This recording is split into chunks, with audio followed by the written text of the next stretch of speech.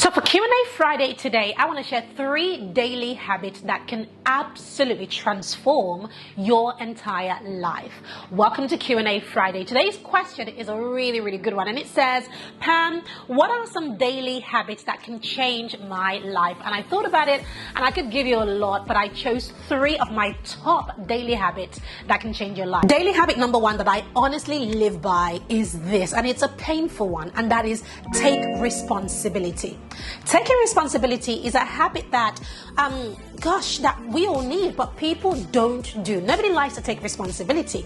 Why? Because taking responsibility is like putting a mirror and saying, hey, whatever condition my life is in right now is because of the actions that I took or the action that I didn't take. That's what taking responsibility looks like. It's putting up your hand when you drop the ball and saying, hey, I'm sorry I dropped the ball. It's on me. How do I fix it? It's looking at the state of your affairs. It's looking at the state of your money, the state of your bank account, the state of your mindset, the state of your marriage, the state of your relationships, the state of the way you show up online, the state of your business, the state of who you are, and everything that concerns you, and realizing that whatever condition you find it in, it is because of what you have put into it. That's what taking responsibility looks like. Now, taking responsibility is incredibly painful, and that's why people don't like to do it. Why is it painful? Because oftentimes when we look at the things that we want to change, we want to change them because we are unhappy. And here I am coming at you and saying, well, the first thing you need to do is take responsibility, which basically means you need to put up your hand and say, it's my fault. But I want you to turn it the other way and not look at it like that. The way that I look at taking responsibility is I look at it as, hey, Pam, it's a learning curve, okay? You can either mourn this situation, moan about this situation, be unhappy, or you can look at it and say, do you know what? Whatever it is that I need to take responsibility for, it's data.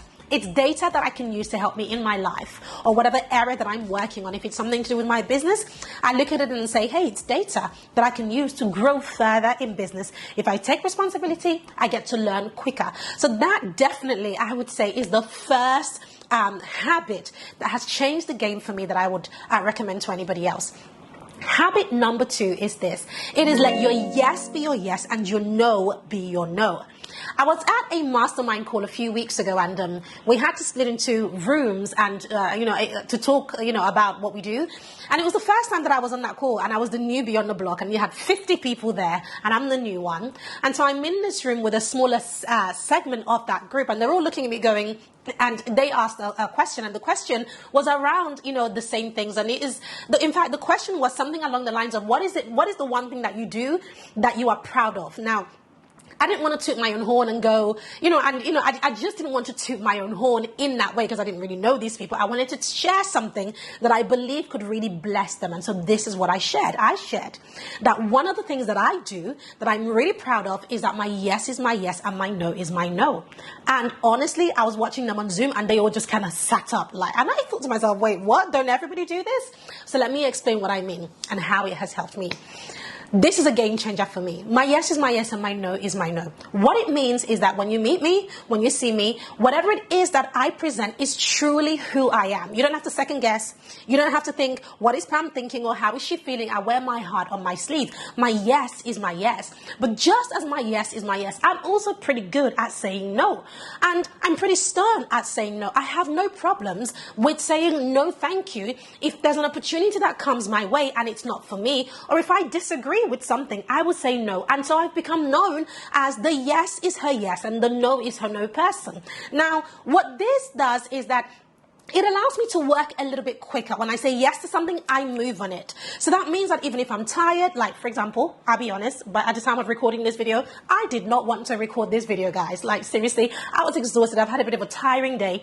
I'm not feeling very well. You can probably hear it in my voice, but because my yes is my yes and this was on my calendar, I had to pull it together and just get on with it. And that is why it is one of the habits that has helped me the most, because my yes is my yes yes and my no is my no. Once I have said I'm going to do something, I muster all the energy that is required and somehow I get it done. The third habit that I want to talk about that has massively changed things for me is you need to have a good morning routine. A good morning routine. Now for me, a good morning routine actually begins from the night before. So from the night before I go to bed, I take my vitamins, I wash my face, I wrap my hair, and I do all of that good stuff. But I try to sleep with an intention for the following day. And the intention that I try to sleep with is I try to preempt what it is that I want to be grateful for the following day, and I sleep with that as my intention. So for example, if I'm in the middle of a launch, then I sleep with, oh, I'm so grateful. I'm so grateful that I've smashed this launch. If the following day I'm planning to write copy for the launch, then I sleep with the intention, oh my goodness, my copy, I smashed it. Pam, you are the bomb. You are just amazing. Lord, I'm so grateful. Thank you for the skills that I smashed my copy in a couple of hours. I turn the Mayat and immediately it is converting. I am so grateful for all the many clients that are coming through as a result of this. This is the intention that I go to sleep with, and this is what I meditate on. By the time I wake up the following morning, I wake up pretty early. I go for a run at about 5:30 a.m. I listen to something that motivates me, or I listen to the word, but I'm always putting something in my ear to remind myself of who I am and to again set the intention for the day.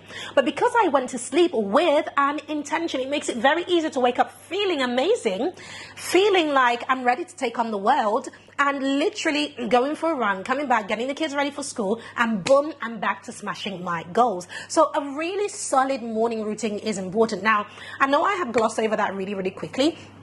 I'll probably record another video where it's just about the morning routine. So if you want to see that and see me do it in action, let me know in the comments below. So I hope you've gotten value through that, and I hope that you will adopt some of these daily habits, and I hope that they do change your life. Well, I know that they will change your life. So let me know in the comments which of these habits are you more curious about, or are you looking to test in your own life. If you liked this, then show me that you liked it by giving it a thumbs up and subscribe to this channel. I'm Pam Basta, the founder of The Lucrative Lady, and it's so good to have you on this channel, so make sure you subscribe before you move on to the next video. So it's been Q&A Friday, and I hope that you have gotten value through this question. If you have a question that you would like me to answer for Q&A Friday, then just drop it in the comments and I will be glad to take a look and answer it. Now before you go, don't walk away. Make sure you check out this playlist of our Q&A Fridays, where I have answered questions from people like yourself, and you will find incredible value in those questions.